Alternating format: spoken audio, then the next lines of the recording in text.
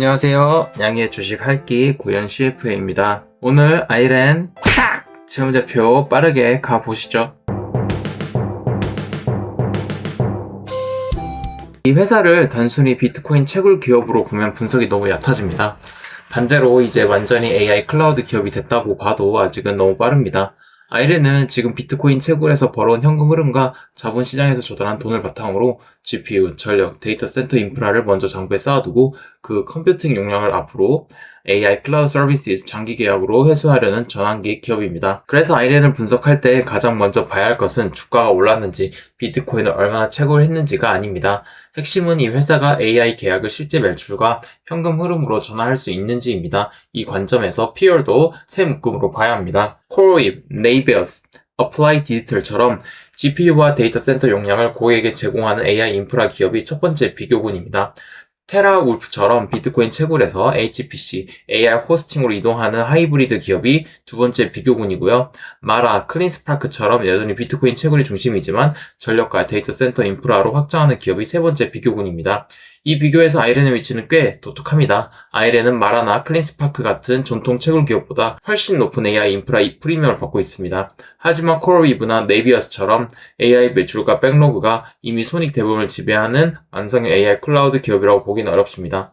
즉 아이렌은 채굴 기업보다 높은 기대를 받고 있지만 아직 AI 매출과 현금 흐름으로 그 기대를 완전히 증명하지는 못한 전환기 기업입니다. 이 전환의 중심에 있는 사건이 마이크로소프트 계약입니다. 아이렌은 2025년 11월 마이크로소프트와 텍사스 차일드레스 데이터 센터에서 AI용 GPU 서비스를 제공하는 계약을 체결했습니다.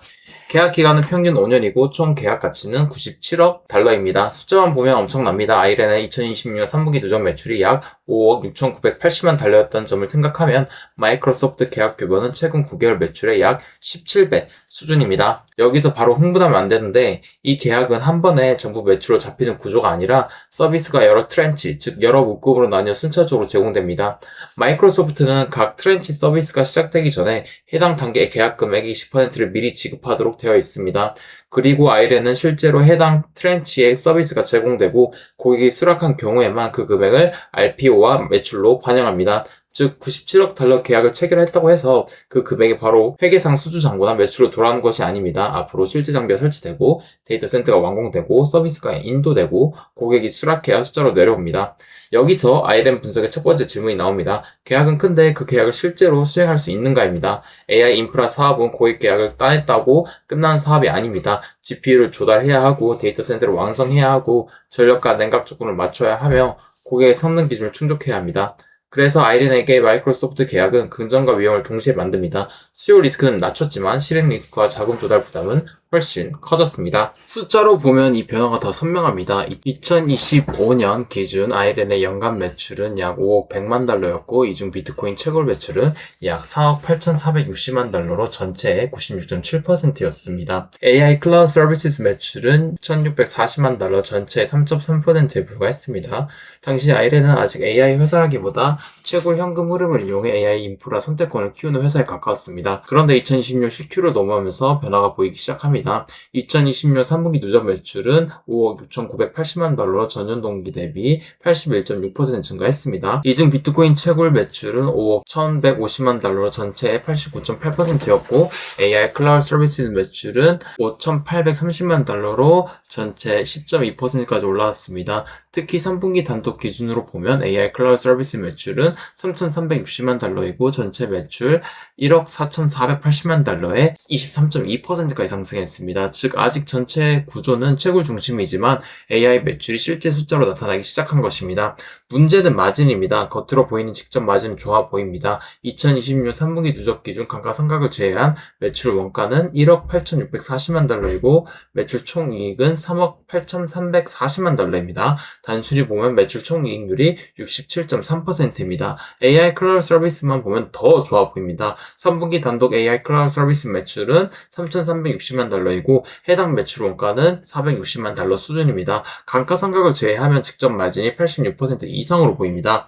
하지만 아이렌의 진짜 비용은 여기서 끝이 아닙니다. 이 회사는 먼저 GPU와 데이터 센터를 사야 합니다. 그 자산은 시간이 지나면 감가상각비로 손익계산서에 내려옵니다. 2026년 3분기 누적 감가상각비는 3억 560만 달러로 누적 매출의 53.6%입니다. 3분기 단독 감가상각비는 1억 2,120만 달러로 분기 매출의 83.7%입니다. 쉽게 말하면 장비를 돌리면 매출은 잘 나오긴 하지만 장비값을 비용으로 나눠 반영하면 아직 이익이 충분히 남지 않는 구조입니다. 여기에 손상차손도 붙습니다. 2026년 3분기 누적 손상차손은 1억 8,840만 달러로 누적 매출의 33.1%입니다. 3분기 단독 손상차손은 1억 4,040만 달러로 분기 매출의 97%에 달합니다. 손상차손은 단순히 장비가 고장났다는 뜻이 아닙니다. 기존 비트코인 채굴 시설을 AI 데이터 센터로 바꾸는 과정에서 과거 채굴용 자산 일부가 앞으로 예전 가치만큼 쓰이지 못한다고 판단되면 장부 가치를 낮춘 것입니다. 그래서 아이렌의 현재 수익성은 AI 직접 맞이는 좋지만 기존 채굴 자산 손상과 신규 AI 인프라 감가상각이 아직 영업이익을 압도하는 단계라고 봐야 합니다. 현금 흐름도 같은 이야기를 합니다. 2020년 3분기 누적 활동 현금 흐름은 2억 8,930만 달러로 매출의 약 50.8%입니다. 이 숫자만 보면 매우 좋습니다. 특히 계약부채, 즉 고객이 먼저 낸 돈이 증가하면서 영업활동 현금 흐름에 플러스가 되고 있습니다. 하지만 이 선불금은 공짜 현금이 아닙니다. 앞으로 고객에게 서비스를 제공해야 하는 의무가 붙어있는 현금입니다. 더 큰 문제는 투자활동 현금 흐름입니다. 2020년 3분기 누적 투자활동 현금 유출은 약 26억 1천만 달러입니다. 이는 9개월 매출의 458%, 영업활동 현금 흐름의 9배입니다. 즉 아이렌은 영업에서 현금을 만들고 있지만 AI 인프라 전환 속도가 너무 빨라서 운영에서 벌어들인 현금만으로는 투자 부담을 감당하기 어렵습니다. 그래서 이 회사는 외부 자본에 의존할 수밖에 없습니다. 그 결과 재무 상태표가 크게 변했습니다. 2020년 3월 말 아이렌의 현금 및 현금성 자산은 22억 1천만 달러로 총 자산 72억 6천만 달러의 30.5%입니다. 겉으로 보면 유동성은 좋아 보이는데 하지만 같은 시점 순유형 자산은 43억 7천만 달러로 총 자산의 60.2%입니다. 자산 대부분이 현금과 물리적 인프라에 묶여있다는 뜻입니다. 이 회사는 소프트웨어 기업이 아니라 전력, 데이터 센터, GPU, 냉각 설비를 먼저 장부에 올려야 하는 인프라 기업입니다. 부채 구조도 무겁습니다. 2026년 3월 말 전환사채 장부 금액은 36억 9천만 달러이고 이는 전체 부채의 80%, 자기 자본의 138%, 총 자산의 51%에 해당하는 매우 큰 규모입니다. 여기에 금융 리스크도 있습니다. 장비를 지금 당장 현금으로 모두 사는 것이 아니라 먼저 사용하고 나중에 갚는 방식입니다. 그리고 2020년 5월 29일 발표된 8K에서 마이크로소프트 계약을 수용하기 위해 36억 달러 규모의 프로젝트 금융을 확보했다고 밝혔습니다. 자금은 약 15억 달러의 Delayed Draw Term Loan과 21억 달러의 선순위 채권으로 구성됩니다. 이 구조가 의미하는 것은 명확합니다. 아이렌은 단순히 전환사채를 찍어서 성장 자금을 조달하는 회사를 넘어섰습니다. 이제는 마이크로소프트라는 특정 고객 계약에서 발생한 미래 현금 흐름을 담보 삼아 대규모 프로젝트 파이낸싱을 붙이는 구조로 이동하고 있습니다.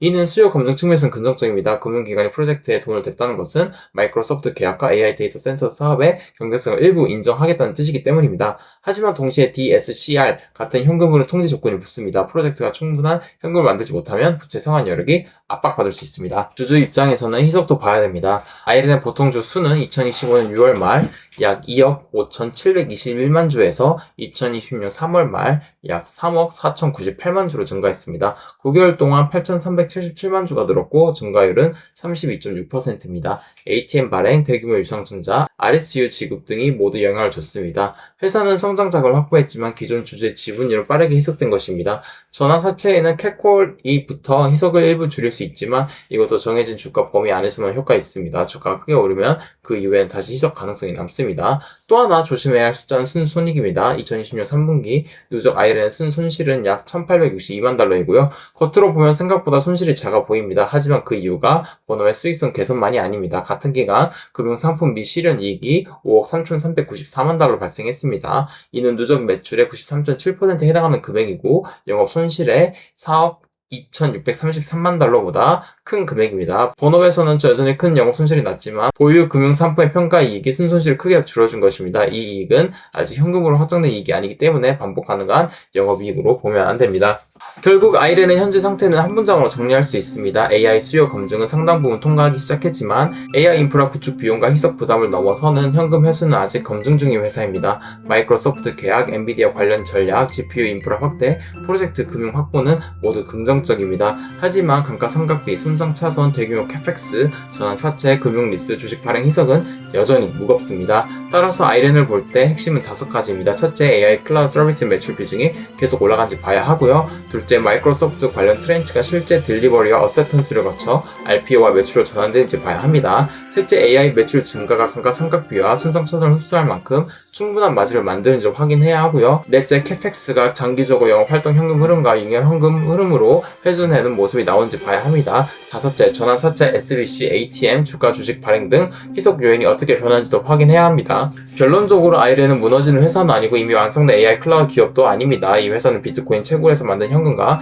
자본시장에서 끌어온 돈을 이용해 AI 인프라로 몸을 바꾸고 있는 전환기 기업입니다. 지금 시장은 아이렌에게 AI 인프라 프리미엄을 주고 있습니다. 이제 회사가 증명해야 할 것은 하나입니다. 고객 계약을 실제 매출로 바꾸고 그 매출을 감가상각비와 손상차손과 이자 비용과 희석 부담을 넘어서는 현금 흐름으로 연결할 수 있는가? 아이렌 분석의 핵심은 바로 여기에 있습니다. 이상 후딱! 재무제표 분석을 마무리하도록 하겠습니다. 감사합니다.